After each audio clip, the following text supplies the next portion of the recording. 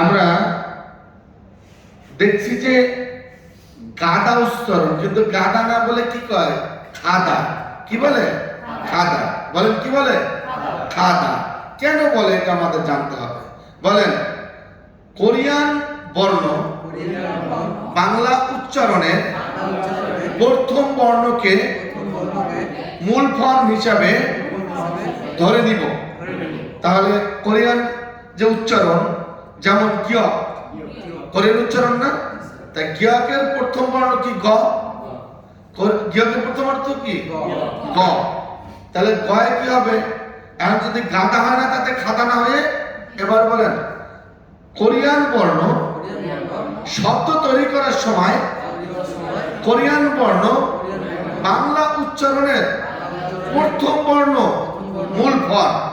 শব্দ তৈরি করার সময় প্রথম বর্ণ মূল ফর্ম উচ্চারণ হয়, কিন্তু 5টি ব্যতিক্রম ছাড়া।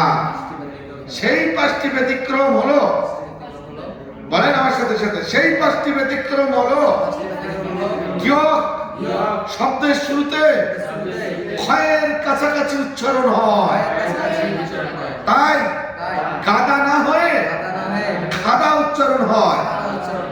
2 নম্বরে দ্বিগুণ শব্দের শুরুতে দয়ের উচ্চারণ না হয়ে ক্ষয়ের কাছাকাছি উচ্চারণ হয়, তাই দাসী না হয়ে ঠাসি হবে, দোষী না হয়ে থসি হবে। ক্লিয়ার? নারী না হয়ে থারি উচ্চারণ হবে। এবার আসেন গ্য দ্বিগুণ, তারপরে হবে বিউ। বলেন বিউ শব্দের শুরুতে ব উচ্চারণ হওয়ার কথা ছিল, কিন্তু ব্যতিক্রম উচ্চারণের কারণে বিউ শব্দের শুরুতে ক্ষয়ের কাছাকাছি উচ্চারণ হয়, ক্ষয়ের কাছাকাছি উচ্চারণ হয়। তাহলে ভাব অর্থাৎ কি? বাপ। বাপ না হলে ভাব, আর ক্ষয়ের কাছাকাছি ভাব। হ্যাঁ, ঠিক আছে। আচ্ছা, তারপরে আছে কি? যেমন আপনি যদি বলেন বসেও, তাহলে কি ফস দিল বসেও, কিন্তু একটু ক্ষয়ের কাছে কি হবে? বসেও। কি হবে? বসেও। তারপরে আছে বাদা। বাদা না হবে ফাদা। ফাদা মানে কি? সাগর মানে কি? ভাত। আর ভোসেও মানে কি? দেখুন।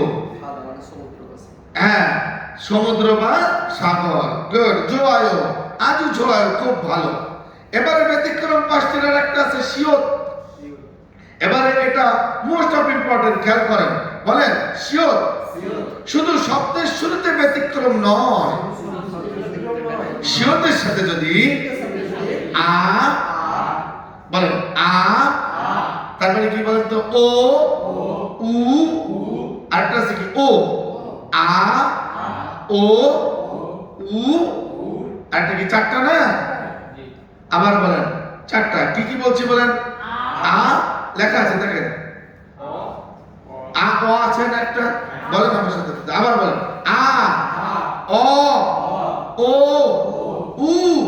শিওতের সাথে যদি এই 4টির যে কোনো একটি থাকে, সেটা শব্দের শুরুতে হোক বা শব্দের মাঝে হোক, এটা ছয়ের উচ্চারণ হবে। আর শিওতের সাথে যদি বাদ বাকিগুলো থাকে, অর্থাৎ হাপি থাকে, তাহলে কি হবে? দন্তর স্বয়ের উচ্চারণ হবে। এটা আছে 8টা। কয়টা আছে? 8টা। হাপি যুক্ত মানে ই যুক্ত, এগুলো আমি আপনাকে পরে বলছি। ই যুক্ত বর্ণগুলো কিগুলো? ই যুক্ত বর্ণগুলো দেখেন, আমি লিখেছি ওখানে, লেখা আছে না? নাই? ই যুক্ত বর্ণগুলো কি কি? ইয়া, ইয়, তারপরে কি? ইয়, তারপরে কি? ইউ, তারপরে ইয়ে। অর্থাৎ ই যুক্ত যেগুলোই আছে সেগুলো কি হবে? দন্তের স্বর উচ্চারণ হবে। এবারে আসেন আরেকটা বিষয় হলো জিউত। জিউত শব্দের শুরুতে ছয়ের কাছাকাছি উচ্চারণ হবে। যেমন ছাদা মানে ঘুমানো, ছায়ো মানে ঘুমান, যেমন ছায়ো মানে কি ঘুমান। এখন যদি এগুলো এই বর্ণগুলো দুই স্বরবর্ণের মাঝে পড়ে, অর্থাৎ শুরুতে না হয়ে নিচে না হয়ে মাঝে ব্যবহার হয়, তাহলে মূল বর্ণে যা আছে তাই হবে। যেমন খাদা ছিল, এবার যদি গিয়ক শব্দের মাঝে পড়ে, নিচে না পড়ে, শব্দের শুরুতে না পড়ে, দুই স্বরবর্ণের মাঝে পড়ে, তাহলে কিরকম উচ্চারণ হয় দেখেন, খগি, গি মাংস, আগাসি, তাহলে গয়ের উচ্চারণ হয়েছে দুই স্বরবর্ণের মাঝে। এবার যদি গিয়কের পরে কি পড়ছেন আপনারা, গিয়কের পরে কি বলেছেন, দ্বিগুণ, দ্বিগুণ যদি দুই শব্দের মাঝে পড়ে তাহলে দয়ের উচ্চারণ হবে মূল ফল, তাহলে কি ব্যতিক্রম আর থাকবে না। যেমন ও দিয়ে মানে কোথায়, এটা গেল দ্বিগুণ। দ্বিগুণের পরে কি বিয়োগ, বিয়োগ যদি শব্দের মাঝে পড়ে বয়ের উচ্চারণই ঠিক থাকবে, ব্যতিক্রম উচ্চারণ হবে না। যেমন আবাজি বাবা। তারপরে শিরতের ব্যাপারটা তো বললামই, বাচ্চিম আকারে না বসে যদি শিউত, যদি কি শিউতের সাথে যদি আ অ ও উ থাকে তাহলে ছয় উচ্চারণ, বাদ বাকিগুলো কি দন্তস্বর উচ্চারণ বা কিছু আছে ছয় উচ্চারণও হতে পারে।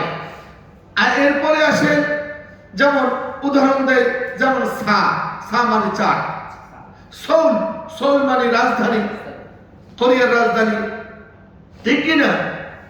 এবারে যদি আপনি বলেন সো, সো মানে কি গরুর মাংস, হ্যাঁ, তাহলে কি বলছে আ অ ও উ, এগুলো যদি থাকে তাহলে ছয়ের উচ্চারণ হবে। যেমন সুওয়ান বা সুইউইল। আচ্ছা, এবারে আসেন আমাদের আরেকটা আছে জিউত। তাহলে জিউত যদি আজসি, তাহলে মাঝখানে কি হলো, জয়ের উচ্চারণ হলো। তাহলে এবার আমরা বুঝলাম বাংলা উচ্চারণ করার সময়, কোরিয়ান বর্ণগুলো বাংলা উচ্চারণ করার সময় শব্দের শুরুতে পাঁচটি ব্যতিক্রম ছাড়া সবগুলো মূল ফর্ম উচ্চারণ হবে। আর দুই স্বরবর্ণের মাঝে যদি পড়ে তাহলে কোনো ব্যতিক্রম উচ্চারণ হবে না, সবগুলোই মূল ফর্ম উচ্চারণ হবে। অর্থাৎ কোরিয়ান যে বর্ণটা আমরা উচ্চারণ করছি সেই বাংলা উচ্চারণের প্রথম বর্ণটি বসালেই হবে। আর বাচ্চিম আকারে বসলে আমরা যে বাংলা উচ্চারণটা করছি, যেমন গিয়ক শব্দের শেষে কি আছে ক, বাংলা উচ্চারণের শব্দটা যেটা করেছি, উচ্চারণটা যেটা করেছি, সাউন্ড পেলু যেটা করেছি, সেটা লাস্টের বর্ণটা আছে কি ক, তাহলে বাংলা উচ্চারণের শেষ বর্ণ উচ্চারণ হবে কি হবে বলেন, বাংলা উচ্চারণের শেষ বর্ণ। তাহলে যেমন একটা উদাহরণ দিতে পারি, যদি আমরা বলি যে হানগুক, হানগুক নিচে বলছে ক হয়েছে, ক হয়েছে বাচ্চিম আকারে, তাহলে বাচ্চিম আকারে বসলে বাংলা উচ্চারণের শেষ বর্ণ উচ্চারণ হবে। বাচ্চিম কাকে বলে? কোরিয়ান ভাষায় ব্যঞ্জন বর্ণের নিচে আমরা ব্যঞ্জন বর্ণ দেখতে পাই, ওই নিচের ব্যঞ্জন বর্ণটি হলো বাচ্চিম। আপনাদেরকে অসংখ্য ধন্যবাদ, খামসাহামনিদা। একটু পরে আমরা আবার এর পরবর্তী ক্লাস শুরু করব। এখন আপনাদের 5 মিনিট রেস্ট, মানে কি বিশ্রাম। Take a rest for 5 minute, have a rest for 5 minutes. Open শিউসেও বাক্সো।